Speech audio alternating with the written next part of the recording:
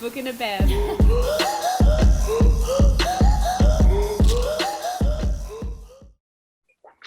Hello and welcome. Welcome back. For those who are audio only, I am wearing an Iron Man mask right now. You're welcome. Yeah, so we're back. We're blessing your ears with another book review / shit talking session / I don't know. What else do we do? I think you covered it. Oh, look, there's singing sometimes involved. Yes, there is. This week we are talking about book 3 of the ACOTAR series, A Court of Wings and Ruin, ACOWAR to be exact, and that is foreshadowing. We have some interesting notes for you guys on this one. It's a little bit bit conflicting. It's quite nice. I'm very excited for the conversation that's going to be happening. So I am on the red tonight. I'm just drinking some Shiraz. It represents the blood, which is also foreshadowing something in the book that we will talk about soon. If you're watching this, I'm presuming that you have read it, so you know, but this is blood, so I'm hammering for tonight. You are. I am drinking another version of the gin that I was drinking last week. So last week I was drinking the blue dry gin by Ink, and this week I am drinking the slow and berry red gin. Also for the blood. There's a very common theme here. It's a lot of blood. We love it. Oh, goodness. And as of last week, Briony, how are we feeling after that gin? Fuck. I didn't realise how strong that gin was, and I got absolutely smashed. But this one is half the strength, so I'm a bit more hopeful that I will not be horrified this time. Thank you. Fingers crossed. Oh my God. Well, anyway, I am drinking a gin concoction of a lot of things, mainly for a colour, but I've made it into, well, an attempt of a cauldron. Fucking beautiful. It looks amazing. I am drinking, I've got a Negroni today. Again, like a nice ready tinge for blood, and I thought it was like a bit of a stronger drink, and I was going to be all tough, war. Yes, I've cut it with lemonade because I'm a soft little weak bitch, but I'm here. And I am drinking it.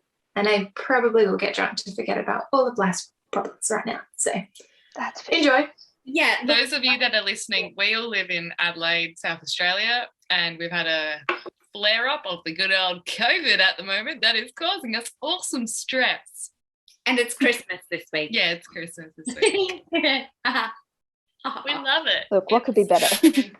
Let's just dive right in. Let's just dive right on in. Yes.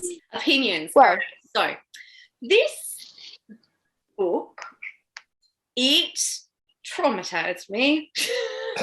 It was a lot.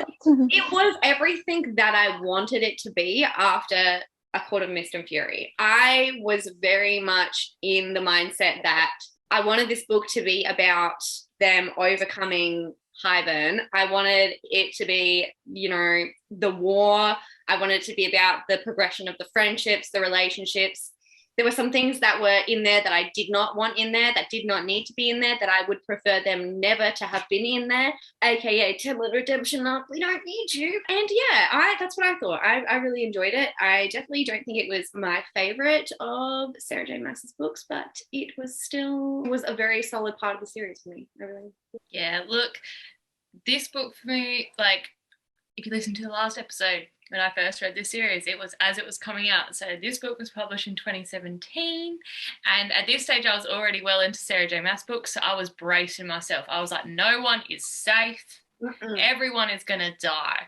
Oh, it's all high stakes. We're at war. It's high risk. But I also think it's possibly too much reward for it being so high risk. And I may have some controversial opinions about how many people survived this book. On a side note, the friendship in this book, I feel like the person from Mean Girls, it's like, I just want to bake a cake out of rainbows. Because the friendship in this book, it just gives me so much serotonin. I mean, look, a lot went on. I agree to the extent that maybe it was, to some degree, it was too much. It was just constant, non-stop. This is happening, this is happening, this is happening. Don't know if it was all necessary. Like, I get certain points to some of it, but still loved it, still kept the flow of everything. As Briony said, the friendships in this, it got to me. That was honestly my favourite part. I may have guessed some dramatic parts in the book, which I wish I didn't, Oh, no, yeah. I enjoyed it overall, in all honesty. Yeah, look, I think I still loved it. Don't get me wrong. I'm a huge fan of this series, but I had such high expectations coming off Mist and Fury. That was just such a high for me. I could not put that book down.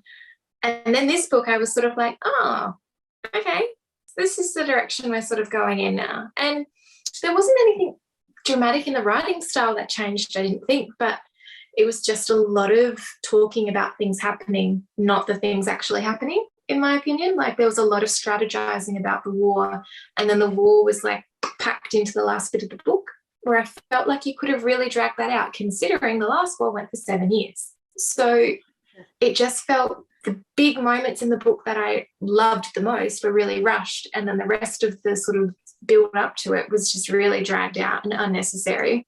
Plus, there were a few points throughout the book which just made me feel a little bit weird about my favourite relationship ever between Reese and Feyre. I'm just going off them a little bit now, and we'll get into that. Yeah, overall, still loved it, but definitely not my favourite. Attention. I love having a good conversation with people who have different opinions about a book. It's just, it just makes me look at the book in a different light, which is something that I love, especially about a series that I really like. You get more of the diversity in it. You get like, I don't know, I just love it. I love the conversations. And I also think, look at this, book talk fandoms. You can have different opinions about a book and not be a little bitch. That's it. It really is vicious out there on Book Talk. Like, disgusting. Speaking of dishonor in our house, shall we get to Feyre, our secret spy master? Yes. Indeed. So we leave off book 2 with Feyre. The whole gang's in Highburn. They've been captured by the king. Jurian's there. And sisters have been turned into Fae. Shit's going down. Feyre's pretending the whole mating bond was a ruse. She's back with Tamlin. She's in the Spring Court. Super secret spy. My first read through, I was kind of like, hurry up, get back to the Night Court, get back to baby Reese. I'm sick of this fucking twat. Second read through, I'm feeling a little bit more into it now. I'm sort of seeing the way it's been written. It's simply to destroy this man, and I'm here for it. I'm very much here for it.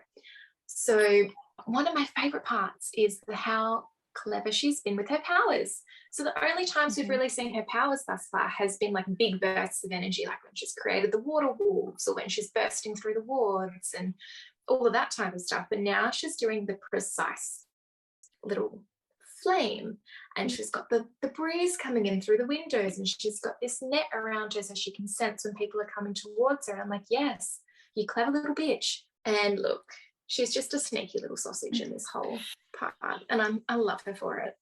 Love her. Oh gosh, she's a dirty dog. I'm so here for it. I'm like, yes, you destroy this man. Destroy him. And her inner dialogue of Tamlin is just like, her thoughts about Tamlin are just amazing. So I've got a quote here. She goes, when he sold out all the Pruithian, sold out everything decent and good of himself to retrieve me. And then she describes herself, when she's playing the part here, as a harmless, lovely package, perfect for a high lord to mount whenever he wished. And it's like, yeah, you are. Yeah, you're pretending to be. Do that. I just for her being all over like Lucian. That was the part of me that was like, I was shipping for it. I was like, wait, I love you and Reese, but also like, is this happening right now? Is it happening? Like, I know. Oh yeah, but Tamlin in this whole scenario, it just reiterates what a spineless wanker he is. He brings back Ianthe, despite the fact that she literally sold out her sisters to Highburn, as if he'd think that she'd be like, yeah, you're forgiven.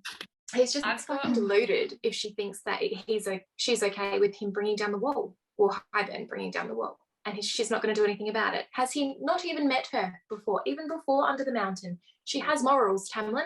Another thing is how she's picking up on how much people hide from Tamlin or try to cater to him so that he's okay. Fuck everyone else. Oh, yeah. I've got a quote here too.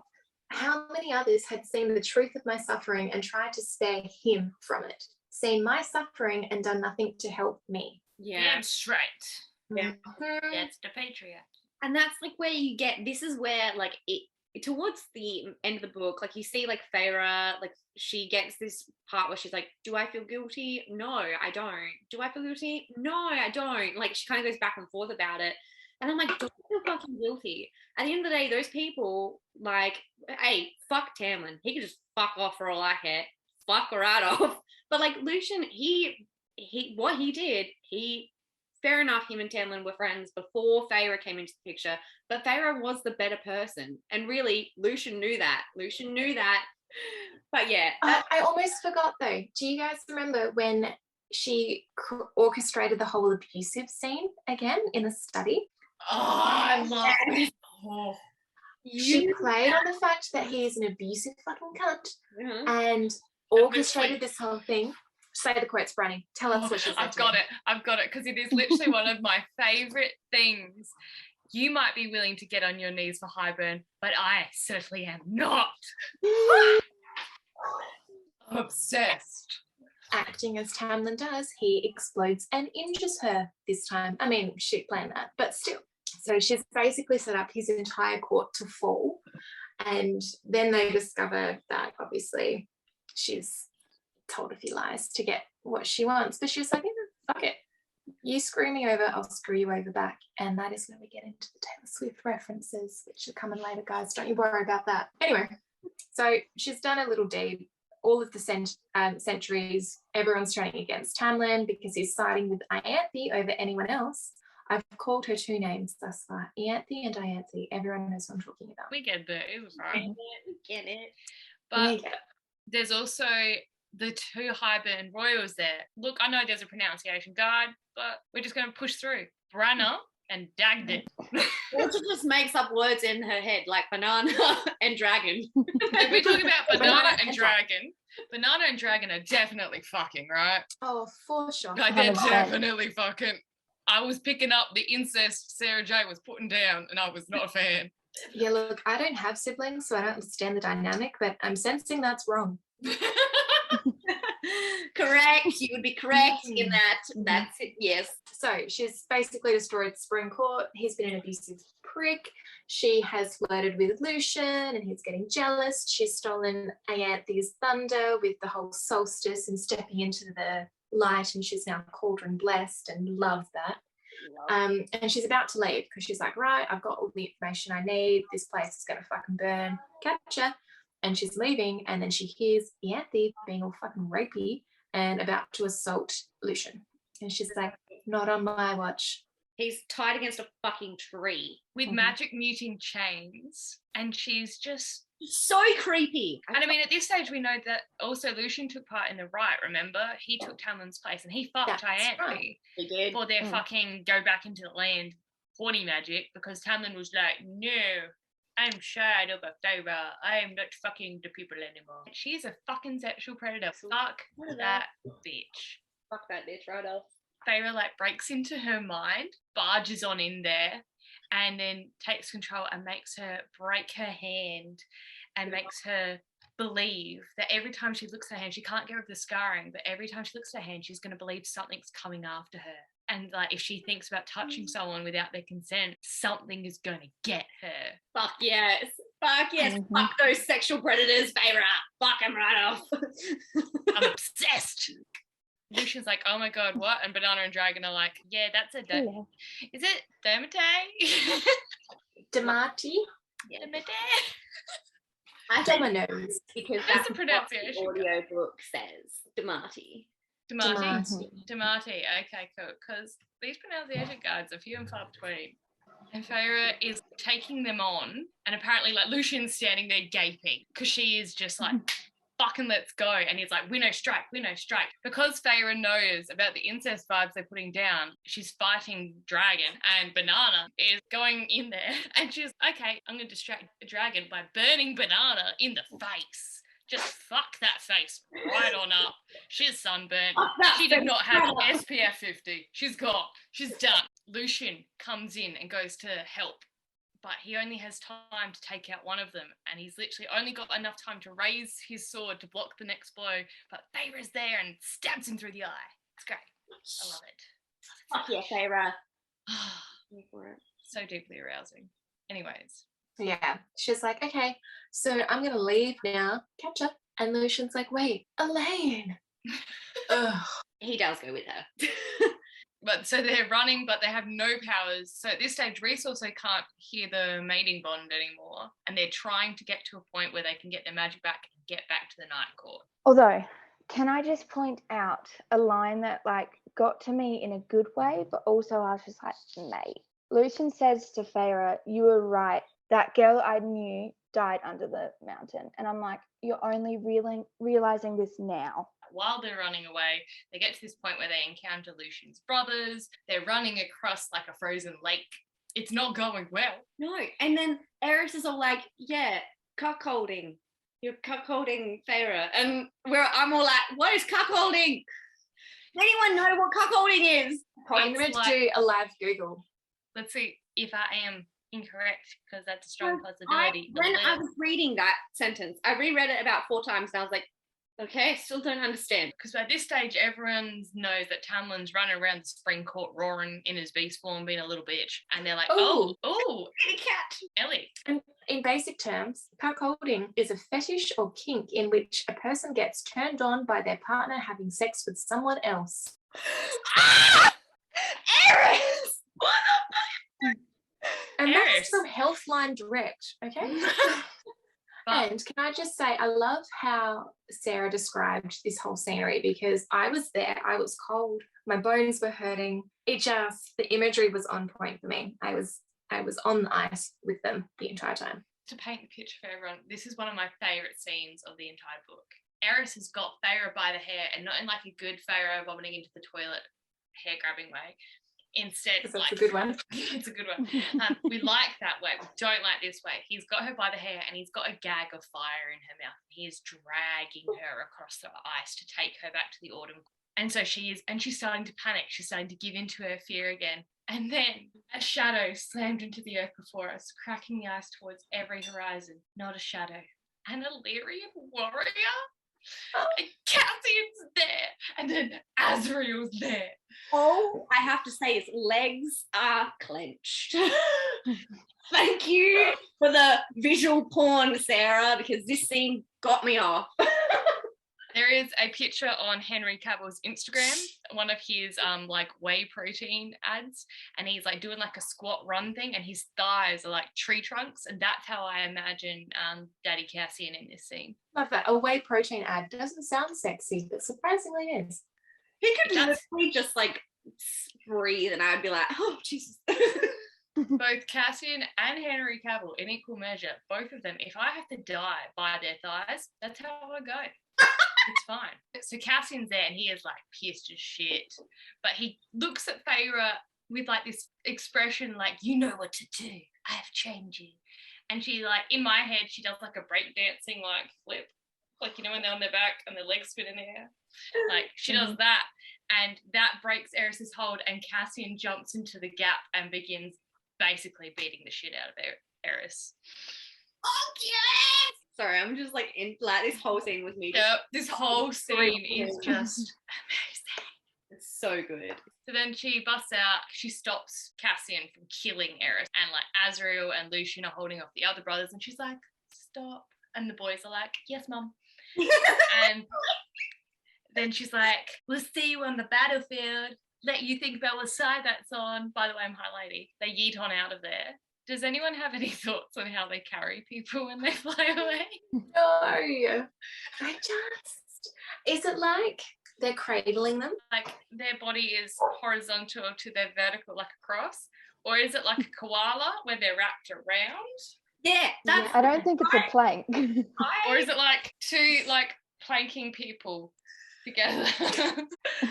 I would have thought it'd be like arm under the armpit, like under the knee situation. Okay, that's how we're about to. Because then even Cassian's like, I don't know who looks more awkward, Azriel or Lucian. The whole thing's beautiful. And then they arrive in the motherfucking Night Court. We're back. We're back. Mm-hmm. Reese is here. And their little reunion scene. Oh, goosebumps. It was so emotional reading this. Right. The quote is, Reese was instantly moving, but my legs had already given out. The foyer carpet cushioned the impact as I sank to my knees. I covered my face with my hands while the past month crashed into me. Reese knelt before me, knee to knee. Knee to knee. Just fucking Lucian and like they just are like, soz, peace out, we're gonna fuck. Get out the house. Despite the fact that she is dirty, she hasn't eaten anything in a few days. She hasn't bathed in a week. She's covered in blood, her own and other people's. They're like, are you in the mood? I'm in the mood. Should we do this? And then Rose is like, get the fuck out of my house. And everyone leaves. It's just the whole... Look, Sarah's books, they're just a bunch of animal noises in the sex. There's a keyboard, herd. Yeah, exactly. There's a lot of bucking. There's a lot of roaring. There's a lot of mountain shaking. But there's this, like, he's talking about how much he missed her, you know, as he's thrusting within her, you know, and then he goes, the sounds you make when I'm inside you, you know, like, he's like, really, Miss, she's so dirty, she's just, and you're like, I missed your mouth, I missed this, and then I also miss this sound right now. Oh, dear Lord.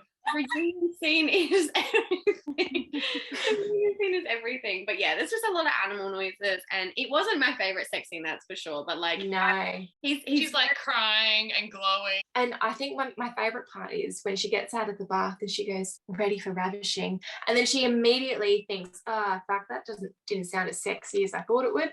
I'm like, yes, we have all been there. We have all said the thing that we think is going to come out really sexy and mentally you're fun, like, this is such a good idea, and then it's absolutely not. Nope, not at all. Another like honorable mention, right? If you were present last week, I mentioned that I'm starting a mini series called Things Georgia Should Not Be Attracted to, but She Is Anyway. And yeah, so Sensual Cresses down the bond with claws.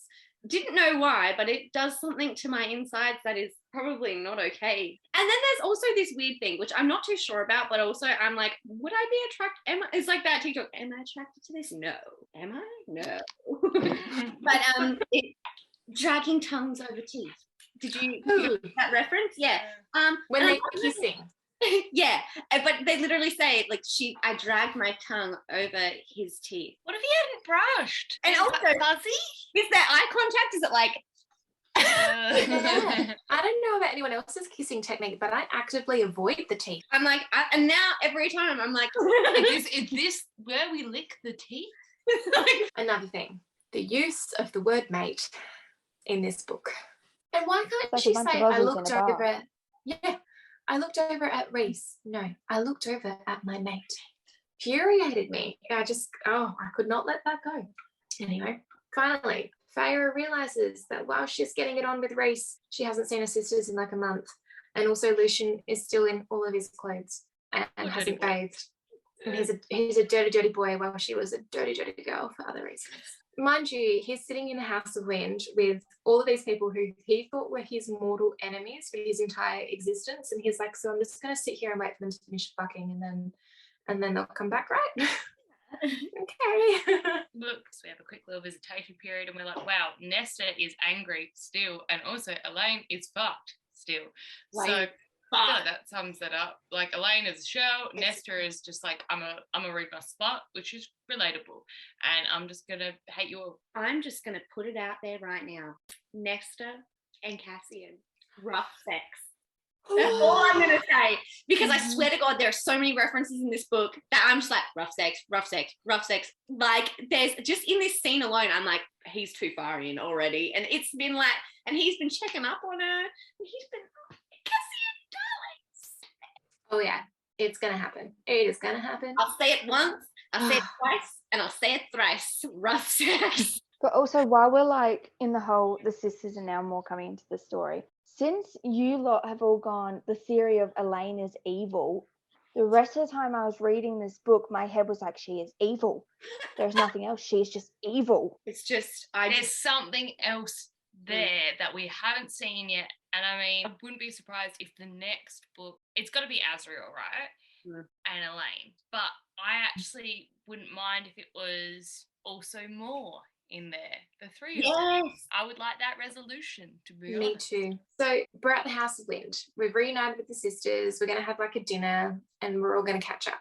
been a long time. This is where I started to get annoyed at the book, guys. I know this is like a nice tender moment between the friends, but this is where I was like, oh, you're fucking annoying me. So Feyre gives Lucian a little tour around the House of Wind. She's like, this is where you live, this is where you bathe, don't go talk to my sister. And that, for some reason, I was like, Feyre, you literally visited the house maybe 3 times, and now she's like giving people tours of their rooms, and I don't know, it didn't sit well with me. I know she's high lady all of a sudden, it is technically her house too, but I'm also like, have you ever been to these living quarters before? Do you even know where anything is? You've never spent any time here. I don't know, felt a bit off, felt a bit forced, because she is suddenly playing hostess as the mostess, and she did not want to do that at the Spring Court, and now we're doing it here. There's a couple bits in this book where Feyre talks about how with Rhys and with the Night Court, she's fine doing things that she had been really against when she was at the Spring Court, like wearing a crown and things like that, where now she doesn't mind, like, and waving at people actually in Valaris, like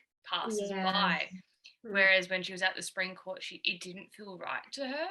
I get that, but I feel also like we've had a really quick transition from 19-year-old human to we've just turned into a high fae and we're depressed and we're being abused, to her healing journey, and now all of a sudden we're high lady, and I feel like that's a very quick transition to get to this point of power. And I don't know, just the scene where she's waving to the people of Valaris and she's like, my people, and that's like for all of 6 weeks. I feel like there'd be a bit of a teething period where you'd be getting you weren't even there for like 4 of them. I know. I don't know why. It kind of grinded my gears a little bit. The same thing as well. So they start discussing the upcoming war and strategizing, and she's throwing out ideas about what she wants to do and what she thinks should be happening. And it's like, these guys have 500 years experience on you, Feyre. I know she did the whole under the mountain situation and she can own her own shit, but she's trying to match their level, and I feel like she's not there yet, but she's being treated like she is and she's not. I'm conflicted. I'm really conflicted, because I'm reading this going, if that were me, I would know my place a little bit. Like, yes, I'm high lady in title, but I feel like I've got to earn that a little bit more. Fair. And then she starts describing the interactions of Cassian and Moore and the other people around the dinner table, and it seriously felt like she was describing children, with them sticking their tongues out at each other and giving each other the finger. And the way she was talking about their interactions, I found it in the last book to be quite cute and irreverent and charming, and now in this book it seems childless and silly. And then she does this whole thing about now that she's high lady, she has to go shopping for new dresses, and I guess she'll have to take her sister shopping with her, and Moore will want to come with them, so she'll have to arrange that. And I'm like, bitch, please, you've never gone dress shopping at all in your entire existence, and now all of a sudden it's a priority because you're high lady, which I guess it would be, but again, I'm annoyed at her for this. It's so weird, like, I definitely feel like you interesting were angry when you were writing these notes, Ellie. I could Ellie really was writhing off you. You're like, Sarah! But also, like, it's interesting for me because I had such a different reading of that same bit. I was like, oh my God, I love that antic at the dinner table giving the finger, and like Lucian would just be sitting there. For me, I felt like she was describing it all, and I was seeing it like maybe Lucian would, like from such a stiff conservative point of view. You're like, oh my God, what the fuck? Like, he showed up to dinner in the tall glossy boots and like a coat and everything, and Feyre's there in like slippers. Yeah, I very much saw it in the same way. I saw it like, I picture me and my friends like sitting around a table. For example, like one of my best friends and my partner, they're really, really close, and like I pictured them two doing that. So that's why I think I was like, oh, this is funny. Like, I picture like this, I relate to this. That's kind of where I saw it as. But I can see definitely where last book they were still described as being silly and goofy and had that banter between each other, but I don't know, for me it wasn't coming off the same way in this book. It felt like the writing, instead of like, it just kept saying vulgar gesture. Cassian made a vulgar gesture to Moore, which she returned, and I'm just like, why can't there be a little joke or something? Why can't it be a bit more? There's a bit of a discussion online about the whole phrasing of vulgar gesture. And I love the use of vulgar gesture because I understand that different cultures and different parts of the world have different things. Like in a shirt, we give you the finger and things like that. But other places, it's 2 fingers. Like it's, and so it gives you that opportunity to, wherever you are in the world or however you've grown up, to insert whatever you know as, like, if someone was going to give you a vulgar gesture, what would it be? What's the first thing that comes to your head? Yeah. Okay, I get that. I just picture like there's a scene where like Feyre just does it over the top of her shoulder. I just literally picture her walking off like, bing. I'm like, I love that. I reckon probably one of my favourite bits, which again, about the friendship, I don't know, I've just like thrown action out the window, and this whole book, I'm like, let's all be friends. They're just sitting at the table and Feyre's like, I want to learn how to fly. Yeah, that was good. And Maud spits her wine out onto Azriel, and Cassian's trying not to piss himself laughing. And That was good. Look, I'm aware that as a woman, she is basically just set up to lose in the way she's perceived as a woman in power, basically. Like, you're either going to be too ambitious, which is what I'm picturing her as, or you're going to be meek and too vulnerable and a little girl, and you're not going to be able to do the job properly. And we've already said how much we dislike Elaine because she possesses those naive, sweet, innocent traits. So now I'm thinking, am I the drama? Is it my own internal misogyny that's making me view Feyre in this way? But I don't know. For a while, it didn't sit well with me, but then she does have a conversation with Rhys about how do I play out the dynamics here? How do I balance being friends with these guys and also effectively being their boss? Like, how does it fit in? And they have that chat. And I'm really glad it did, because from that moment on, I felt that it sat a lot better with me. That is because Nesta was a fucking cunt. Like, I'm going to say it now. Nesta, fuck you, okay? Seriously, fuck off. Like, where the fuck are you going to stay, Nesta? Where the fuck are you going to stay? You're going to stay on the fucking street like you were before? You were a fucking little bitch then. You're going to be a little bitch now. Sorry. I'm mad. And like when Feyre's just taking that from Nesta, and Nesta's like, no, I'm not doing it. I'm like, Feyre, tell her, yeah, you're going to fucking do it, or you're going to fuck off. Soz, I would. I'm not going to lie. Like, I'm the youngest of 3 girls in my family. And I think part of the reason I do love Feyre so much is, 1, I went to art school, and 2, I am the youngest sister. And like, I want to believe she can really paint, I also really get it when she has those dynamics with her sister where she just takes whatever they're giving. It's really hard to give it back to your older sisters, especially when you feel so apart from them. That's interesting, because I've always questioned that dynamic as well, just in my own life. Like, you can have a dynamic with your partner where you give each other shit, and especially when you can call each other on your shit and have the fight, but know that at the end of the day, you're still going to jump in bed together and everything's going to be all right. But then you look at the way you speak to other members of your family and you'd never talk to them that way, or you'd never call them on their shit. It's very interesting to see that written. Yeah, I don't know if it's because like me and my brother have the type of relationship where we do call each other out on our shit very much. So whereas that's where I'm coming from, in the point of like, I would be like, fuck you, you're gonna do what I say. And he might be like, no, and then I might just be like, well, fuck you then. Fuck off. And then like 5 days later, I'd be like, no, please come back, I'm sorry. But like, you know, like I'd stand my ground for a solid 5 days. I'd be like, I'm in charge, bitch. I just love, even though like it's not my favorite book of the series, but I still love it completely. But there's bits where I'm like, I don't know. It's at like the friendships and the actual relationship building between Feyre and not just Rhys, and say like her healing from her trauma and the romance building there, but actually, how do you become a partnership? Not like if they're mates, and we've talked briefly, but in the book they talk about how being a mate doesn't necessarily mean you're right for someone. Yeah. How do you become a good partner? I love that shit. I do like that they set clear boundaries as well, where it's like, okay, so let's make the boundary that we don't undermine each other in front of a group. If we've got something that we need to challenge the other on, we do it through the bond. Otherwise, I do want you to call me on my shit. If you think I'm talking out of line, tell me. I really like that, because you do need clear boundaries. Boundaries are good. Boundaries are sexy, people. They are. And then we like jump right on in with Feyre's like bonding time with Azriel and him teaching her to fly. And can I just say, right? If I had fucking wings and Azriel touched them. Okay, daddy. ... That's it. That's all I have to say. I love as well, like we've talked in the past about how like so far up until this point in the series, Azriel's there, he's quiet, you know, subdued. We know he's pining for more, and like I love him, but we actually start to see he has like a sense of humour and he's sarcastic. Hasn't Feyre, they have their moment, right? They have their moment, they're friends. Like it's just, and I liked getting to know like Azriel a little bit more. But then, Reese and Feyre come back into it. And this is when they're in the library. Which also just, you know, our raging feminist Reese is like, I've created a safe space. I made a library so that people can recover from their trauma. And one, I kicked all the old men out, which fucking winner, and more helps them as well. Right? They're in this beautiful sacred place where all these beautiful, strong priestesses are. They're coping with their trauma. And Rhysand comes out with the sexy talk, right?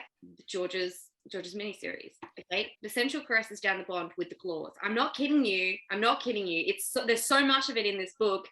Issues, okay? I have issues. And then Rhysand comes out with or maybe I'll spread you out on this desk and lick you until you scream loud enough to wake whatever is at the bottom of the library. And I'm not actually kidding you. My notes after that is yes, oh God, yes. Well, this might be a bit of a niche reference, but has anyone seen the TikTok videos of the men eating the papayas? Yes. Without hand? If you haven't seen it, you need to go find it. You're missing out. And then he comes down with let's see what names you call me when my head is between your legs, Feyre, darling. And when he says Feyre, darling, I swear to God, I could feel that all the way down to my fucking heat. Oh, and then literally the next party is the bone carver. Oh, always making an entrance. We know who the bone carver is. We know who the bone carver is. Oh, I might be drunk. Yep. We're here for it. It's fine. So, like, they're with the bone carver, right? This is more when Feyre realizes initially who it is. And then she's like, oh my God, you know, has the dark hair, the crushing blue eyes and everything. She's like, oh my God, it's Reese. And then she's like, oh wait, it has my mouth. Oh my God, it's our future child. How cute though. If I could see my little 8-year-old as a vision. Oh. I mean, look, if they're ugly, you'd be like, yeah, no, that's not going to happen. And then he goes on being like, I smell my sister on your curse breaker. It is revealed that the Weaver and the Bone Carver are in fact brother and sister, which I mean, Weaver, Bone Carver, the names kind of like work. Are similar. Yeah, I'm just kind of like, okay, yeah. The Death God family. And there's a third one, which we get hinted at. Yeah. But we don't find out about. No, not for a whole minute. And then the Bone Carver goes on about the visit to Highburn and what came out was not, no, what went in was not what came out, something like that, aka Nesta. And is that when he's doing his whole little weird breathy moment where he's like, the wind says her name, Nesta. Yes. Carver, war is upon us. That's what he says. Mm-hmm. Oh, yeah. Have we skipped to the point where we realise that all of Peruthia needs to join together for the war that's coming? Probably. Because there's going to be a High Lord meeting. They're plotting, they're strategizing, everyone hates everyone, but we need to come together to fight Highburn. And the Bone Carver's like... Highburn is big. And this is also when you start to realise that Lane is fucking weird. And she's like, she's saying some weird shit. I can hear the sea even at night, even in my dreams, the crashing sea and the screams of a bird made of fire. And at the time, everyone's like, what are you talking about? Are you okay? They're like, that's nice. Yeah. Do you want to go to the garden? We're going to leave you with this thought. Like, having a buddy, like, come on, darling, let's go.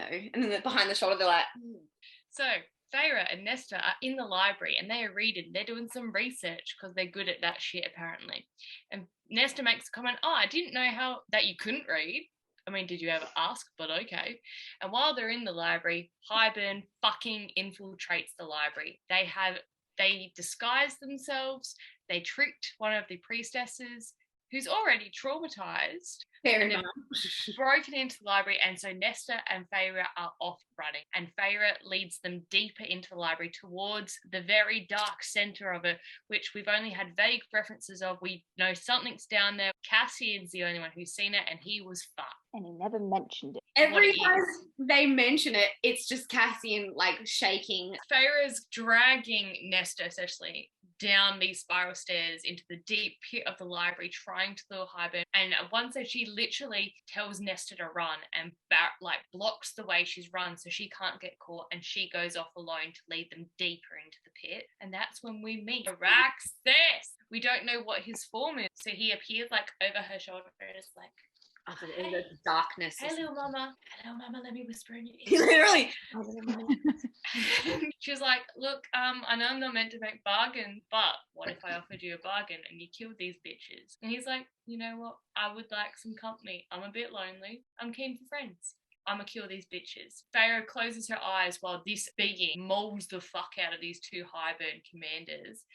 And then in the distance, a boom shuddered through the ancient floor because Cassian has fucking landed. And let me tell you, he might be destroying that library floor. He's also destroying my pelvic floor because these men and his thighs are killing me.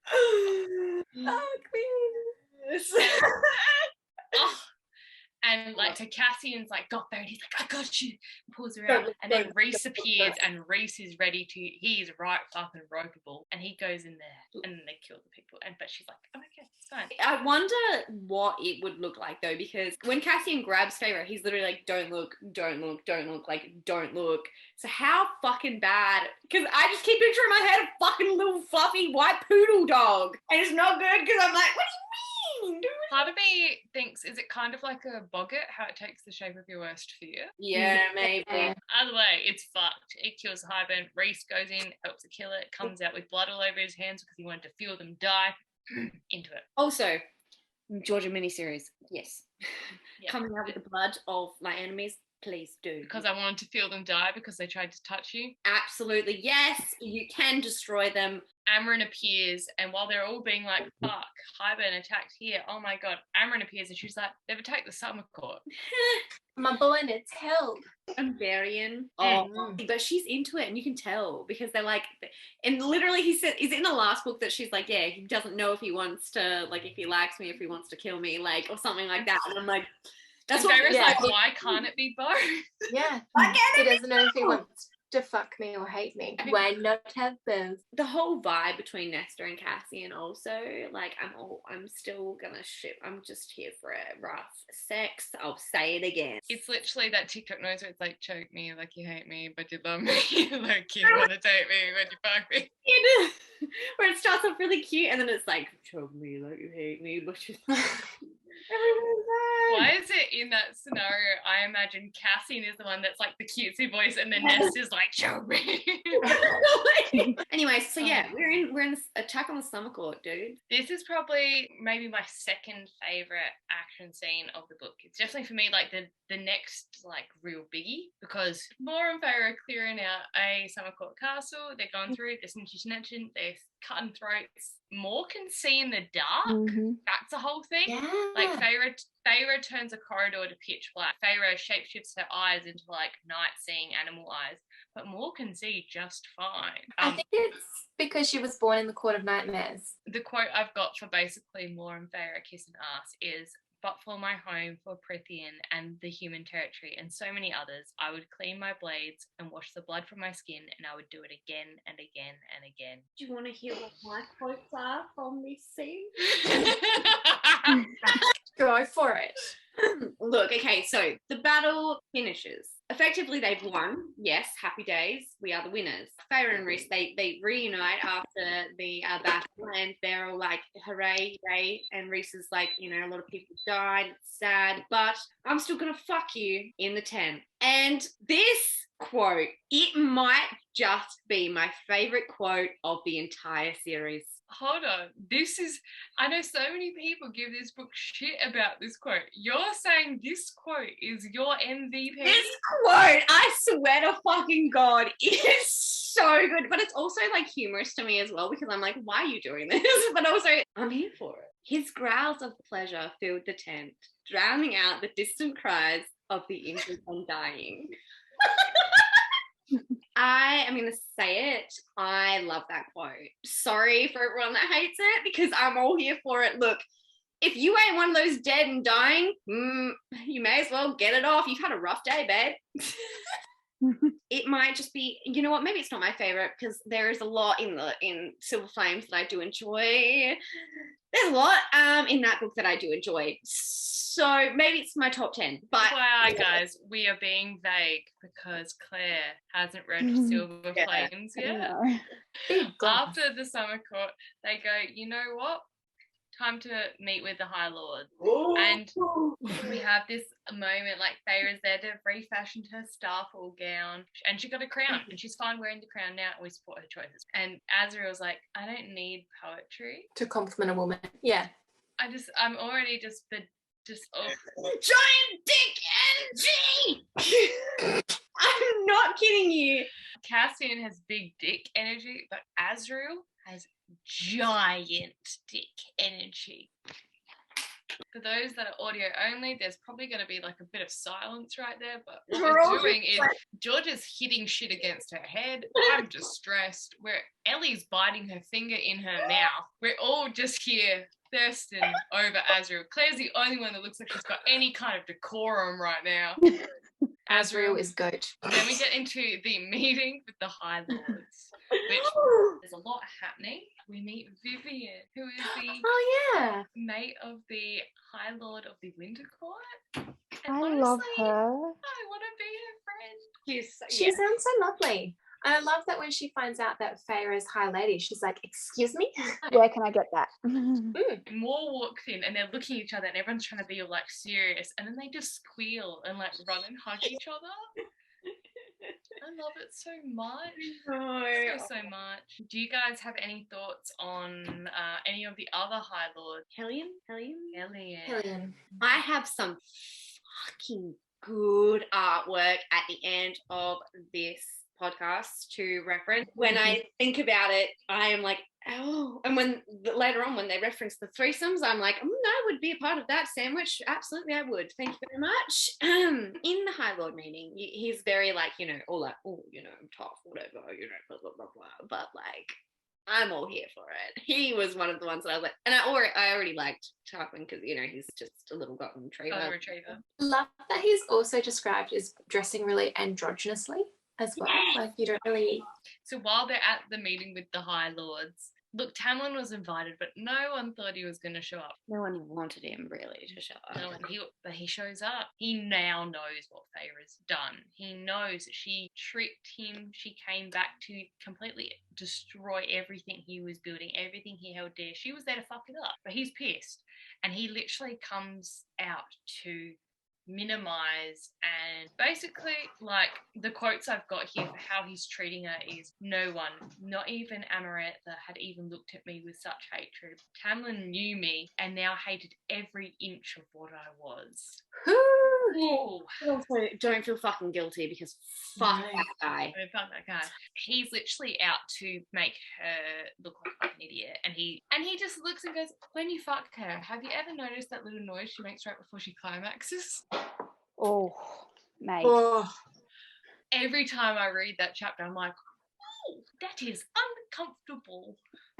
My God. Bruce literally just like looking at him and turning to look at Feyre and then just turning back. I felt that. So I was like waiting for it. I was like, oh fuck, oh shit, oh Jesus Christ, it's happening. And Reese is like, oh, I'm sorry, I can't hear you over the sound of my raging feminism, and mutes that motherfucker. And then Daddy Azriel comes in with the, be careful how you speak about my High Lady. I'm here for the Azriel supremacy. I swear to fucking God. Look, I'm here for it too, guys. I love Azriel, but in this moment, I needed Feyre to own her shit. Put him back in his place. I know she's made little snipes like, you don't rewrite the narrative. I needed her to have an iconic moment of putting him back in his fucking place after that climaxing comment, especially. Like, I would have loved her to turn around and go, with Reese, it's not little. Exactly right. Do you know what I wanted? I wanted a moment like Julia Gillard standing up in Parliament being like, fuck you, misogynist. I needed that. For those people that are not from Australia, Julia Gillard is our only female Prime Minister, and she gave a speech on misogyny. I've got it. Yeah. So basically, a little bit of context. Here. It doesn't quite fit, but we're going to make it work. So at this time, all of the men in the opposition party were calling her a witch, saying she couldn't do her job properly because she was a woman and would have had periods and be upset and emotional and PMS. This is what she said. To the leader of the opposition, I will not be lectured about sexism and misogyny by this man. I will not. and the government will not be lectured about sexism and misogyny by this man. Not now, not ever. The leader of the opposition says that people who hold sexist views and who are misogynists are not appropriate for high office. Well, I hope the leader of the opposition has got a piece of paper and he is writing out his resignation, because if he wants to know what misogyny looks like in modern Australia, he doesn't need a motion in the House of Representatives. He needs a mirror. Yes! I needed a speech like that. So yes, while that speech holds a very dear place in my heart and formed a big part of who I am as a feminist, it doesn't quite fit the narrative here, but it does speak a lot of volume about what I wanted Feyre to do. That was her moment to stand up and be like, fuck you, put me back in your place. This is what you did to me, you abusive prick. And now I'm standing above it. And I guess she kind of did that in her way. But yeah, I am also here for Daddy Azriel standing up and being his goddamn sweet self. That might be in itself one of my top 3 favorite quotes of the entire series. Like, be careful how you speak about my high lady, because it's just, he's so quiet and like, you know, he's the shadow, he's the spy master, he's the shadow singing, you know, like people, especially the High Lords, I'm like, have they even heard him speak like that before? That's where I was like, chills. And then when Eris makes a comment, he fucking hands Eris his ass. And like, they're all bound. Like, they've entered this High Lords meeting being bound so that they couldn't be violent to each other. And Azriel somehow beats all of that and can hand Eris his ass. Because everyone just hates Eris deep down. Mm-hmm. Like, well. The spell secretly but Eris. Is it wrong that I'm weirdly attracted to him? I think Eris is gay. I love that. He makes comments to Moore throughout the book, like when he's in the night court and talking more about how like it would have been mutually beneficial. He knew her secrets, and I think he's gay, and they were going to be each other's beards. Oh my god, it's all making sense. Because like he does say, like, when you all know what happens when he discovered her after the abuse and all that crap. But I think he is, like, I don't forgive him in any way, but I can understand the decisions he had to make if he is a closet man in a homophobic society. And also with like how many other brothers at this stage that kill each other? Yeah, that's not fun. But that makes a lot of sense about why I'm attracted to him, because I do fall into the narrative of me falling in love with my gay friends. I'm fucking shook, but I totally, now that you said that, I 100% agree with that. 100%. Because there were so many things that I was like, what did you mean, Eris? But anyways, so Azriel hands him his ass, and that would genuinely be my fantasy for like the rest of my life. But anyways. Yeah, literally. Thank you, Sergio Mass, for that. And then we get to good old after the High Lords meeting. Hellion just like, what the fuck? And like him and Moore just keep giving each other like the fuck eyes from across the room. But like when they first come in, he literally says how he's like, I want you all 3 of you to join me in my bed. Like Azriel, Cassian, and Moore. I'm like, that? Because there was a sandwich between just like Cassian and Azriel that I would like to be a part of. Cassian, Azriel, Moore, Hellion. Oh my god. And I mean, Feyre's like looking at Hellion and then looking at Moore and then looking at Kazit and looking at Azra and being like, hold on, why have they said no? In that moment, I was like, agreed, Feyre. And then literally Rhys being like, how would you feel about 2 males worshipping you down the bond? And Feyre's like, my toes curled. Again, with the toes curling, I pictured the Wicked Witch at the west with their toes, her feet going like this. But I was all here for it. I was like, oh, yes, Rhys-Anne, that's what we want. Oh. And then we get the little tidbit where Feyre is channeling her inner Suri, which is like, oh, Hellion is Lucian's dad. Fuck yeah. I think that there is because obviously Hellion spells, that's his whole thing. I think there's a spell on Lucian's power that restricts it so that Beren doesn't know that Lucian is not his son. That's the whole thing. Lucian is darker than all of his brothers. That was the thing. Eris didn't think he was a threat. Yeah, there's just all these things. But you know what's going to be good? If he is Hellion's son, he's his only heir. So he could be a High Lord. And they've already foreshadowed that Hellion is like aged. He looks older than the rest of them. I'm not going to lie, 110% Hellion is going to die. And Lucian's going to discover that he's the High Lord because of Hellion's death. All of a sudden, he's going to get this power. Fuck! I cannot wait. I hope this comes in the next book. In summary, the wall comes down. Oh, yeah. Next day, wall's down. That's when Nest is wearing the pants. Yeah. And then they go, oh my God, there's humans in the human realm, like where Pharaoh's village was. What do we do with them? At this age, I would have been like, well, they're dead. But apparently that's not the immediate thought. Yeah, I would have assumed they would have died pretty quickly after I'm that. like, But they're dead, right? Like, they're dead. But no, so they go, you know what? We'll make Elaine look like she's a human. And then we'll go there and be like, because Elaine had that stupid fucking human fiance, and we'll just ask him to take the refugees. It'll be great. It's a great plan with no flaws. No. Except they're Faye-hating assholes, and like they'll be able to fucking know. I was just screaming entirely. And then Cassian makes his beautiful comment about the fact that the thought of Nesta wearing pants is just... He literally is like, you bitch, if you wore those pants, you would start a fucking riot. And this is what I mean. Again, this is the 6th time I've mentioned it. Nesta and Cassian, rough sex. It's going to destroy me. Fuck yes. I'm so ready for it. Anyway. Grayson's a cunt. But I feel like she had to write this whole big plot about Grayson and his dad just so they could be worked into the narrative of Elaine realising she can't be with him anymore, so she stops pining over him.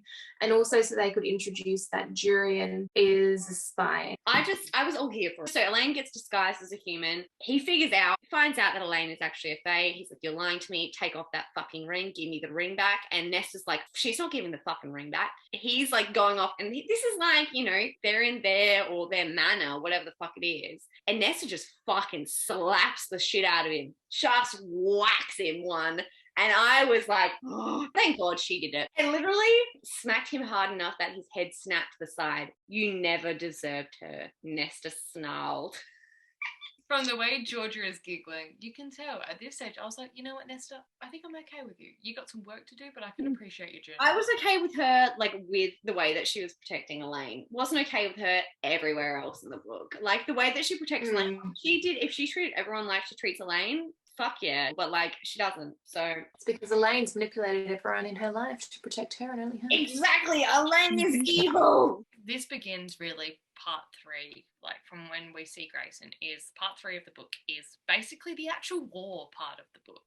And Jurian gives them some intel. But yeah, then there's the surprise attack on the spring/summer court border. And we have this incredible moment where Feyre and Moore are watching the battle. Azriel, Rhys and Cassian are in the lines. They're fighting. Cassian takes on a Highburn commander. It's like the battle stops around them to watch. Cassian had been born for this. These fields, this chaos and brutality and calculation. For him, it's a symphony.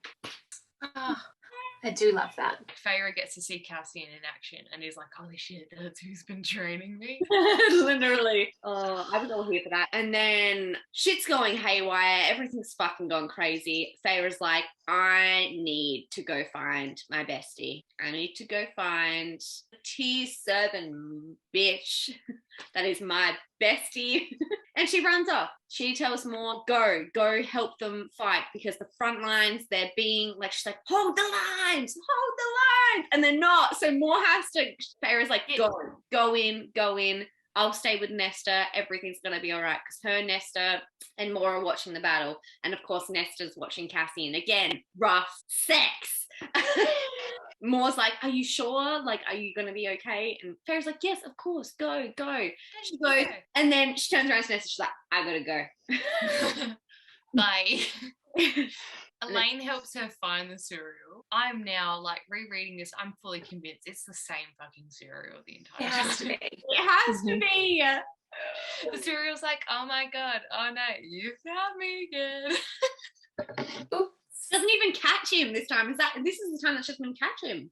Yeah, there's no cloak, there's no snare. He's just like, what's up, bitch? Hey, We need. I'm time to see.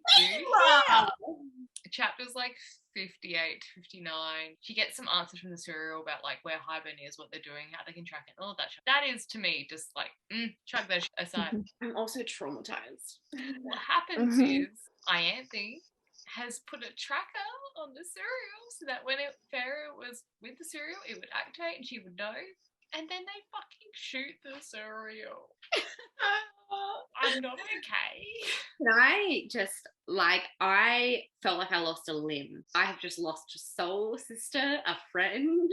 And the cereal is telling her, run, go, don't stay here. I'm going. Like, don't stay. There's literal tears I'm in literally like so emotional. Jesus Christ, guys. And then Feyre's like, hold that thought, you know who we're near? The Weaver. And she lures Ianthe and the Highborn guards there and then goes, by the way, Weaver, snacky snack. Ianthe becomes the Weaver's lunchtime surprise. God. Can I just say, this was honestly my favourite part of the book. It's so good. Because Ianthe's like yelling out to her the whole time, like, you're going to fucking pay for what you've done. She thought she had the upper hand, and then Feyre was just like, Surprise, motherfucker. She goes back to the cereal, doesn't she? Is the cereal a he to you guys? She has energy. Are they a they? There might be a they. Maybe they're a they. Okay, the gender non-conforming cereal is like, leave the world a better place than you found it. You were kind to me. Beautiful. I'm just pulling on saying. every heartstring. I'm a heartless bitch because I'm sitting here thinking you've met this thing 3 times. Literally 3 times in your entire life, and you were sobbing and weeping and over its body and covered in its blood. And I'm like, no. If I'm going to get covered in someone's blood, it's someone who I actually know. Realistically, me and Georgia are over the cereal crying. Claire's kind of like nearby, but like not touching. And you're just like, Like, I get it. They've been nice to her. The cereals helped her along her journey and like given her nice little tidbits. But I would have been like, thank you, acquaintance. I wish you well on your journey through heaven. Bye. Bye. I feel like the way in which I see it is that the cereal was the same thing, the same one each time, and it purposely got caught because it knew that that was its fate almost. You know, it almost knew Feyre needed her. Exactly. In that moment. It knew something. It knew that this was important, that this is what it needed to do, and that's why I think Feyre had more of a bond with it because maybe she knew too. I don't know. It just affected me really badly. Okay. Me and Georgia are crying. A little bit dramatic, like the emotions. I don't deal well with people crying at the best of times, so I'm just like, seriously. It's okay because while like Feyre's crying over the cereal, Ellie appears, so we can move on from that, and Ellie can just sidestep that emotional outburst. Oh, well, no. Then she goes back to Rhys, and it's like he's had a whole day on the fucking battlefield, expensing all of his power out. He's spent. He's watched his best friend nearly die. And, like, he's still in bad form. Then he's come back after battle and realised, oh, my mate's not here. Wonder where she's fucked off to. I wonder if she's still alive. And then she rocks up crying, oh, the cereal died. And he's holding her and comforting her. And it's like, it's okay, sweet little pet angel, it's fine. Let me cuddle you. And I'm just like, no, be angry at her. She put Moore in a very fucking uncomfortable position so she could go do her own little mission. And he's like, yeah, maybe next time just leave a note. And I'm like, no, Rhys, you set this boundary. You said you were going to call each other on your shit and you're not doing it. You step up. The passive aggressiveness of like, just leave a fucking note next time. Right? The only person who actually calls Feyre on her shit is Moore. Yeah. She's like, actually, no, I'm not okay with the fact that you just ran off and did whatever the fuck you want when you actually told me that you were doing the exact opposite. So go fuck yourself. That was nasty. And then Feyre's like, well, what have you been doing for the past 500 years then? And I'm like, whoa, that's crossing a line, isn't it? Oh, also though, Varian and Amren. Just Varian and Amren, they decided that am I going to kill you or am I going to fuck you energy? They won't fuck. They won't fuck. And he just walks in, doesn't even acknowledge everyone else, just goes straight up to her, on his knees, in front of her, just kisses her, and then just hoists her up. And she's like, absolutely. Absolutely. And yeah. Look, and then there's this one question that Cassian asks Nesta, which is, eat or bed? And everyone's like, wait, is he asking you to either eat or go with him? Yeah. They're all like, I'm like, oh my god, they're going to have rough sex. Then they used Nesta to try and figure out where Hyben was. Like, they did like a whole bones situation. The Cauldron's like, you know what? I don't like having my location settings on, so I'm going to snatch Elaine. Also, don't give a fuck. Sorry. Yeah, did not care at this point. But then also, she's also a seer, so it's kind of also helpful. So I'm like, from a war perspective, like I get Functional point of might be. view. Okay. But then also, she doesn't really know what the fuck she's talking about half the time, and she might be just talking gibberish because she doesn't even understand it. So like, is she helpful or is she just useless? No, she does contribute to nothing. I equate the serial dying and Elaine going missing as equal to me. Look, I'm trying not to feel attacked by that statement, but I'm going to move Sorry. right past that. So the plan is, Azrael's like, I'm going to get it back. And I'm like, Azrael, honey. I was screaming, Azrael, no. I'm not going to lie to you. I didn't like, from the get-go, before anything, and this is me coming from a very Azrael strong party and Elaine not strong party. This is just whilst reading this lovely book. There's nothing future happened, nothing. I am like, don't. Elaine is creepy. She's evil. I feel it in my bones. Also, like, I see where people come from in terms of, like, they like Elaine. Elaine is, like, this, I mean, before she's a fae, she's this sweet little, blossom. And then when she turns into a fae, she's, like, this weird fucking creepy seer who sees fucking ravens. I don't know. Yeah, but also, didn't the serial see the future and we're all in love with him? Yeah, guys. Cereal's different. I love this cereal. I hate Elaine. Anyway. So Azrael and Feyre go, you know what's a great idea? Since we know Ianthe is fucking necked, I'ma just shapeshift into Ianthe and we can just skedaddle into the Highburn camp and snatch her back. There's gonna be no problems at all with that. Of course. The whole scene though of like Azrael is basically Feyre's shadow as she is shapeshifted into Ianthe and they're going into the Highburn camp. There's tortured humans lying around. Durian helps them and pretends that like Ianthe and him are gonna fuck. It's a whole vibe. Azrael is making them invisible and I'm like, you're so skilled. But that whole bit gives me such supreme like anxiety. The tension is so big that I am literally like that is so well written that I wanted more of it, but we had so much fucking time just talking about where Highburn was that I'm like, And so like they've grabbed Elaine, she's in these magic nuking like handcuffs that she's like, oh no, and then they go, we've got to save the random human bitch that we saw that was being tortured but she's still alive, we've got to save her. So they're running towards the cliff with Elaine. They're like slow motion going and they're like, fuck, this is difficult. And then Highburn realizes they're there and starts to chase. And there's this whole chase sequence where like Feyre gets shot in the shoulder with an ash arrow. Azrael patches her up. They're running. There's like beasts that are worse than the Naga from the first book that are chasing them and she's fighting them off. And then there's a roar. A roar definitely made my head ring. Just as one of the hounds was thrown off me, I knew that roar. A golden-furred beast with curling horns tore into the hounds. Tamlin, I got out, but his green eyes narrowed. Run, he seemed to say. Also, not fucking here for the redemption arc. Fuck off, Tamlin. I don't like you. yep, could have gone without that. Fuck off, Tamlin. I mean, he helped. That's what I mean. My notes for this section were tampon coming through with the saving grace. Thanks, dickhead. Don't care for him. Nah. But like, thanks, dickhead. Whatever. I mean, it's appreciated. We want to be alive, but also like you could have tried at any other stage in the last two books. Literally, you probably could have actually got the girl if you weren't such a controlling fucking freak. But here we are.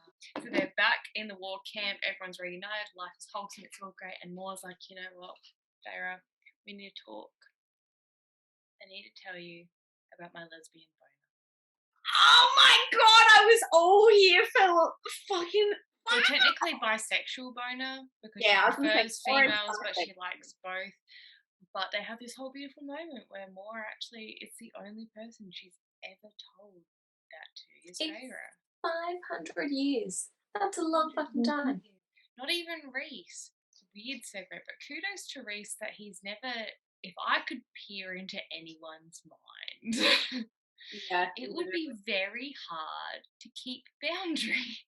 Yes, it would, because I would to be like, not 5 just seconds. be like, what's that? I would definitely be like, you're my best friend, but also you seem weird right now, so I'm gonna find out what's going on. More talks about her lover, like which she had, which was one of the human queens, wasn't it? It was the human Yes. queen. He was like the ancestor of the Golden Queen who got killed in the second book. Mhm. One who That's gave right, her it was the too. So Moore's lover is Andromache. Andromache.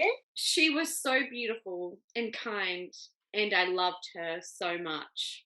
Oh, Moore. Oh, and I just feel for her in this moment. In this whole thing, you're kind of like, Moore, what the fuck are you doing to Azriel? You know, like just picture Azriel, right? Like Azriel's like, I love this girl, and then she's like, I'm gonna fuck my cousin's best friend, Cassian, not Azriel, even though Azriel loves me. Fucks Cassian, comes back and is like, I'm never fucking one of my cousin's friends again. Azriel's like, oh damn. And then 500 years later, she's like, I'm lesbian. You know what I mean? Like, poor Azriel.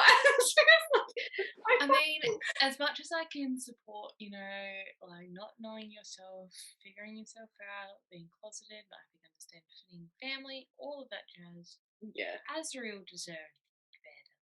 he did. Oh my god. I might just be because I want to fuck Azriel. That's I want him, I want his happiness for him. Yes. Oh shit. The Trade mirror. the bone carver, which by the way, that's the thing. Yeah, which we didn't actually mention. Fuck, we've missed so much. So the bone carver needs the, what is it called? The Aboris? The Abora? Aurora Boris? Aurora Boris. Aurora Sure. Boris? Which is a mirror My audio. held at the Court of Nightmares, which again we missed. Feyre going into the Court of Nightmares, looking like a fucking boss ass bitch, like being like, fuck yeah. Sorry. Again, we've always promised we're not giving you a whole Not giving you a summary point by play-by-play. point. No, we're not. So yeah, Feyre finds out basically that the Aboraboris, whatever the fuck it is. I'm way too drunk for this. Anyway, whatever the fuck the mirror is called. I'm gonna say it's the Aurora Boros. She goes to the Court of Nightmares, and they're like, "Yeah, you're gonna go mad if you look into it." She's like, "Oh shit, oh god, fuck, all right, not sure." They hold off. She's like, you know what, we won't do it unless we absolutely have to. And then in like chapter 67 to 68, she's like, it's absolutely necessary. I need to do this. Reese is sleeping. What a better time to go. Exactly. When she looks in the mirror, what do you think she sees? A beast form. Yes, right? She sees her beast form. She describes seeing a beast, and I immediately was like, it is her high lady beast form. I didn't think that. I was so oblivious. I was like, it's this crazy monster. Oh my god. Me, I thought she was seeing imagine if you saw yourself, all of your flaws, all your great qualities, but without the lens of your own context or your own understanding. No, you just see yourself as you are without any of the bullshit. But part of that is also her beast form, and it seemed like it was made up of bits of other beasts, which made me think it was her. Oh, see, I love that. No, I like that. I think that makes a lot of sense. I see it. But I mean, obviously, like we're nearly through the book at this stage, and unfortunately, spoiler, we don't get to see Feyre turn into that beast. No. And I'm still pissed about that shit. Yeah, so am I. That's unfortunate. We then basically hit the big battle, the big boy, the chunky boy. This is pre-game speech though. Okay, so I'm not fucking kidding you. This one quote, guys, this is also in my top 3 quotes, I think. I would have waited 500 more years for you. 1,000 years. And if this was all the time we were allowed to have, the wait was worth it. Get absolutely fucked. I'm fucking crying. Oh. And as they're about to, tick off, Feyre's like, by the way, did I not tell you about my mating gift? Feyre's made a deal with Varaxis and the Bone Carver, and he's like, surprise, motherfucker. And then Reese is like, oh my god, I was doing this too, and gives the Weaver. So we have 2 death gods and a fear god, I want to say. Yeah. People being destroying bitches. And they just start fucking people up. Left, right, center. Everyone's getting fucking dead. And I mean, the whole thing is that Nesta is like an alarm bell for the cauldron, FYI, another thing we kind of just missed. And her and Cassian decide to go on a side quest to lure the King of Highburn out so that Amren and Feyre can get to the cauldron to basically nick this shit. So while Feyre and Amren are getting to the cauldron, the Weaver basically clears the way for them, and then her neck is snapped. Like it's nothing, which is also just horrifying for such a badass bitch to be killed like that. Right. But Amren then trips Feyre, and Feyre basically gets locked on and she's basically like a generator, just all this power going into the cauldron. And Amren's like, well, I'm just going to peace out A-Town and become whatever I was before, and I'm going to kill everyone. But while that's happening, Feyre does a little bit of a hopscotch around the wall, like the battleground, and gets to see everything. And she gets to see Rhys and Hellion turn into their beast mode, which Rhys is kind of like talony and batty, which we're not surprised about. But Hellion for me is like a griffin, like a giant griffin. That's just how I see it. Very Harry Potter vibes from him. Very very kind of buckbeak, but amp it up with more lion factor. That's how I see it. Feyre watches her dad fucking appear on a fleet of human ships to save the day. Then he watches the King of Highburn snap her dad's neck, which is also unfortunate. And then she unfortunately watches the King of Highburn hand Cassian's ass to him, and Nesta covers his body with hers. The whole situation is basically that, Cassian and Nesta, oh my fucking gosh! Can I just scream for the fucking hills, right? The minute Cassian and Nesta, I was like, rough sex. And in this moment, I was like, oh my gosh, maybe it's gentle, beautiful sex. Maybe it's fine sex. Because it's gentle lovemaking. Let me just this is the quote, ready? This might also be my top 3. Fuck, I have too many favorite quotes. The King of Highburn is fucking him up, and he's like, go, run, go. And she said, I can't. And he grunted in pain, and he lifted his hands to cut her face. I have no regrets in my life but this. His voice shook with every word. That we did not have time. That I did not have time with you, Nesta. And then she covers his dying body with her own. She turns, and the King of Highburn is walking towards her. And oh my fucking God, I'm not kidding you. I was sobbing in this moment. I was like, I knew it. I fucking knew it. It's not rough sex. It's beautiful sex. They love each other. It's kind. It's wonderful. It's great. That's it. And then Elena's like, surprise, motherfucker. Stab, don't you touch my sister. Which, fuck yeah, that is her evil side coming out, which I'm looking like, good girl, get him.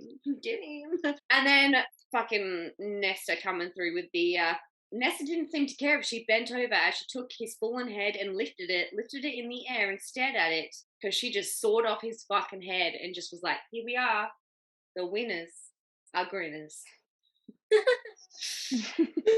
I just thought that the whole bringing their dad back into the fold in book 3, after he's only been featured in it in a tiny little bit in book 1, I thought that was just convenient plot filling. Daddy Archeron, thanks for finally showing up. He hasn't done anything for his children's lives. And the whole idea is that this entire time he's been on the continent talking about a threat in Prithian. And no, it just ties that plot up in a nice little bow so we can tuck that away, give Nesta some more trauma. But it honestly wasn't necessary to bring him back, in my opinion. The fleet of boats could have been shipped in by Lucian. I think that would have been a better story. Yeah. And I mean, I'm excited to see where the whole Vassar plotline goes. We talked about the Queens. Her appearing makes sense. That all works for me. I'm keen to see what happens with her, especially with Lucian. The reference with the Firebird. The Firebird sounds like a bad thrush infection. Yeah, so she is that 6th queen in the previous, so in Mist and Fury, that was mentioned, that was sick. She was actually cursed and was put on the other sibling of the Weaver and the Bone Carver. What's his name? Fucking Cochet or something. I mean, I sound really white saying that. We do. So sorry. We're Australian. We don't have culture. No, soz. We just know Bogan. Yeah, so she is that, and she's been cursed by Koshei, cursed to live the day as a firebird and the night as the human queen that she is. Amren is basically released into her whatever the fuck form that is. And she's so cute before she goes off, though. She's like, you know, like, thank you for this time. It's been a gift. Like, I love you all. Peace out. Unleash me. I'm going to go fuck people up. She just jumps in the fucking cauldron. And I literally picture her just being like, catch you later. Which I'm old then, for. like, flies across the battlefield as, like, kind of like a fiery angel of death and just, like, smites people. Yeah, what do you think she looks like? Because I think she looks like... I have the official colouring in book. And it is basically, imagine Amren with fire wings and a fire halo. I just picture her like a giant fucking ball of flames, just like... That's the line where... I didn't think she had a body. The way that they were describing her leading up to it, I didn't think she would have had a form at all. But I love that. Okay. I kind of imagined it, the more she burnt and the further across the field, the more she faded away into nothing. That's how I kind of read it. Then, and like at that stage, Varian's trying to convince Amren as well not to like yeet out. Don't go, like, stay with, because her whole thing is when she turns into this other form, she's not going to remember who they all are. She's not coming back. And she ain't coming back. And Baron's like, don't go, please don't go, like, please, you know. And oh my God, I felt that. I was like, Baron, and you know, Amren doesn't have that love. You know, she doesn't have that. She's always so cold with everything. I was like, I want you to feel this kind of happiness. And she just threw herself in and goes off and destroys so much of the world. Go, girl. So at that stage, we're like, oh my God, yay, the war's over, except for the fact that Feyre has fucking destroyed the cauldron and it's now destroying the world. oops. Yay. Just another thing to add. They think they've won. Psych! No, haven't. And then Rhysand comes through with the saving grace. He's like, let's do it together. You can use my power. Like, let's do it. And in my brain, as soon as he's like, let's do it together, I'm like, I was like, absolutely fucking not. And you just know. And then there's all like the rusty breaths and like the I love yous. And I was fucking sobbing, and he was trembling, and they were wet rasps. They weren't even, and I wasn't even turned on by the wet rasps, okay? And that's saying painful process. Georgia was not turned on by wet rasps, okay? She was fucking crying. And then there's page 666. It wasn't there. That thing that rose and fell with each breath, that echoed with each heartbeat, the mating bond. It wasn't there. It was gone. Because his own chest, it was not moving. And Rhys was fucking dead. Okay, so Claire was talking to me about this on the phone, right? Earlier the week that she was reading this book. And she said to me, does Rhys die? And I had to be straight-faced, like, I don't know, I can't say anything. I was legit just like, I have a feeling Rhys is just going to die. And she was like, can't talk about that. Well, they sprinkled it throughout the book so much about what it would be like if the other one died, and it was foreshadowed a lot. Sacrificing streak where he always appears. Basically, moral of the story: Feyre gets all of the High Lords to help her bring Rhys back. Oh my God! Oh yeah, he's not dead. He's not dead. But I actually think some people should have stayed dead in this book. I don't think it's Rhys. But I think Amren should have stayed dead. Yeah, I agree. Yeah, I think for such an epic battle, for such an epic cost, for such an epic war, what was the actual cost for them? I feel that actually. Now that you're the saying surreal. Like, yeah, look, I felt that death deep in my soul, but like the amount of people that stay alive at the end of this book is not normal. So that's why I think in the upcoming books, we're going to have some serious characters dropping off. Yes, no, I did feel that. I felt like the war was kind of pointless in the end. It was, because of the fact that, like, okay, Hyben died. Yes, congratulations, everything wonderful. Yeah, the only person that died for them was literally fucking their father. Who the fuck cares about him? He wasn't involved in the entire fucking series. I don't But know. I also questioned why, like, how the Weaver died, considering she is a death god. Yeah, and then Yes. just snapped her neck. Yeah, and she got eaten. Yeah. Like Like, Naga and shit. yeah. Like, how does a death god die? I know. Yeah. I just Right. Very fair point. I feel like there has to be more to that too, because I'm like, how does a death god die? Realistically, chapters like 74 to 82, the final chapters of the book, as much as I cried and I was like Yeah. raging and I was like, oh my god, yeah, they made it, but also, oh my god, so close. And I think there's a couple plot holes in those final chapters where I'm like, I trust Sarah J. Maas's process, so I'm like, what are you doing? But also, so far, they haven't been explained or justified.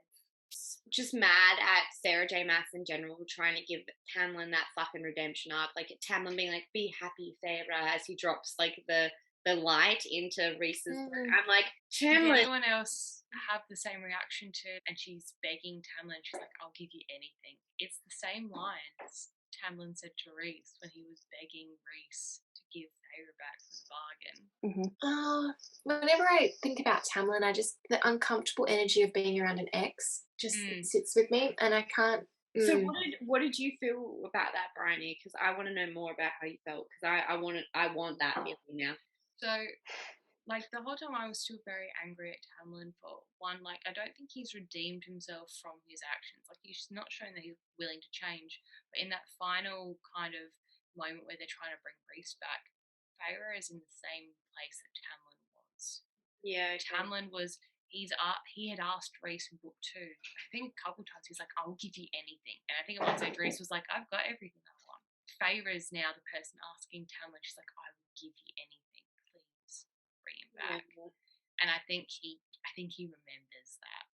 Goosebumps. Oh! I mean, it doesn't redeem him, but I think we can see, like, he's starting to go, okay. No. Yeah. And I mean, I still don't fully believe that Tamlin ever fully loved Feyre. I think he loved the idea of her and what he knew she was meant to be. I don't think he loved her. Mm-mm. And then they make this, Reese and Feyre make this stupid fucking bargain. When it's time to go there, I said quietly, we go together. Fuck off. How irresponsible. I'm not. And this is why their love story is not realistic. That's because right. He's been too sickly sweet in this book for me. I want the Reese back who challenges her, and this whole thing of when we die together like Romeo and Juliet. Fuck off. You've got responsibilities. You've got a court to lead. Baffles me that they could both be so fucking stupid and short-sighted, and it really, really annoyed me. As soon as it came up, I was like, don't fucking do it. Don't. And the tattoo's there, and you're like, oh, well, that's done now. So, Ellie? Let's get this done, ladies. Taylor Swift. We're back at the Reputation album. At this point, I'm really questioning whether the Reputation album was written about her feud with Kim and Kanye, or if it's about Feyre's revenge on the Spring Court, because, I mean, apples and oranges. You can take from that what you will. So I've got 2 songs for you. First of all, we have I Did Something Bad. Mm-hmm. Now, you can see where I'm going with this, can't you? So she starts, "I never trust a narcissist, but they love me. So I play them like a violin, fiddle, and I make it look oh so easy. Because for every lie I tell them, they tell me 3. Because they do. All they do is lie to her because they're fucking cunts. This is how the world works, and now all he thinks about is me, because that's all Tamlin thinks about. I can feel the flames on my skin because I have magical flame fingers. Crimson red paint on my lips because she does have red lips at some point. Now she wears it to Night Court. Exactly. If a man talks shit, then I owe him nothing. I don't regret it one bit because he had it coming. They say I did something bad, then why does it feel so good? It fits, does it not? Fucking does. It really fits. It does. It really does. Okay, so now we're moving on. Don't blame me. Okay. Oh, yeah. I'm so here. Something happened for the first time in the darkest little paradise. Hello, Night Court. Shaking, pacing, I just need you. For you, I would cross the line. For you, I would waste my time. I would lose my mind. They say she's gone too far this time. Don't blame me. Love made me crazy. If it doesn't, you ain't doing it right. Lord save me. My drug is my baby. I'd be using it for the rest of my life. Now, context. I think this is about when she's starting to feel a little bit guilty about the spring court falling, and that sort of let Highburn in, and she's like, oh fuck. But also, I am a night court high lady, and I have lost my mind to my lover, and I'm going to fucking destroy you. So don't blame me about it, because You've I've done got so much research into this, and I'm so here for it. Look, I'm ashamed about how much Taylor Swift I have playing in my house at all times.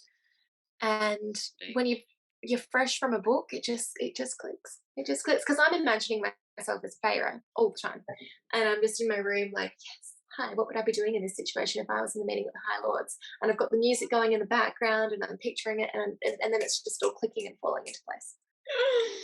I'm so fucking here for it, Ellie. I'm so here for it. You've just had a snippet of Ellie's brain. You're welcome. I don't know how to follow that up. So Ellie's dropping us with those Taylor Swift gems of wisdom, and I'm just here to talk about.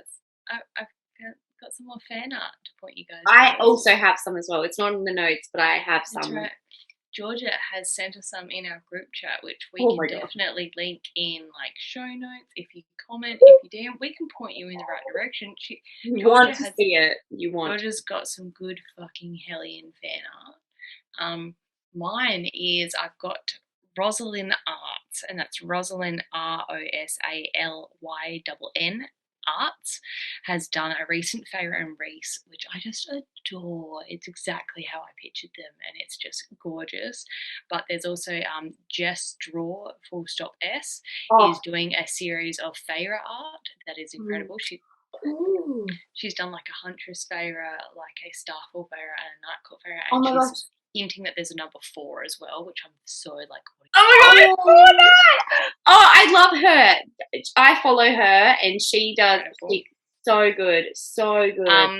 And just for those of you that were as turned on as Georgia has been by the thought of the rough sex between Cassian and Nesta that is being hinted at, there is an artist called Jemlin, like JEMLIN, and she's done a Not Safe for Work series, multiple book series.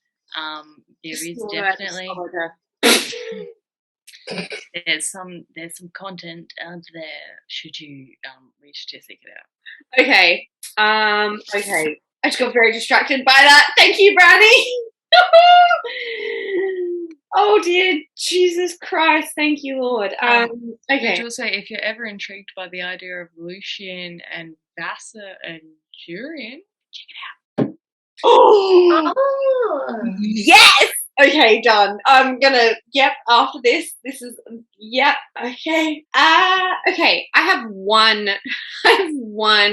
person that I'd like to mention for my fan art, and her name is Bloody Damn It on Instagram. That is her Instagram name.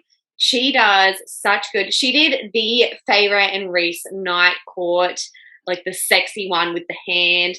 I'm going to show it for the girls on the screen here so that they can see. Oh, that one. Oh, that one. And she also did a bunch. She did the Hellion one, which I also showed the girls in the group chat. And she did one of Reese and Feyre during the scene with the paint. You want it.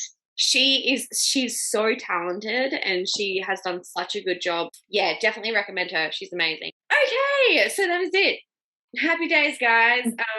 This is episode 3. Is it episode 3? Fuck. It is. 3 episodes? Shit. And if you're still with us at this stage, congratulations. Congratulations. These are long episodes. We apologise. Next week, we're going to be going on with some individual books. Briony's recommendation for next time. Briony, what do you think? Are you excited? Oh, I'm so excited. It's one of my favourite authors, and it is The Invisible Life of Addie LaRue by V.E. Schwab. We're very excited. Yes, definitely. If you guys would like to continue listening in, that's what we'll be doing next week. Thank you, everyone, for joining us. Appreciate you guys for joining us again. Goodbye.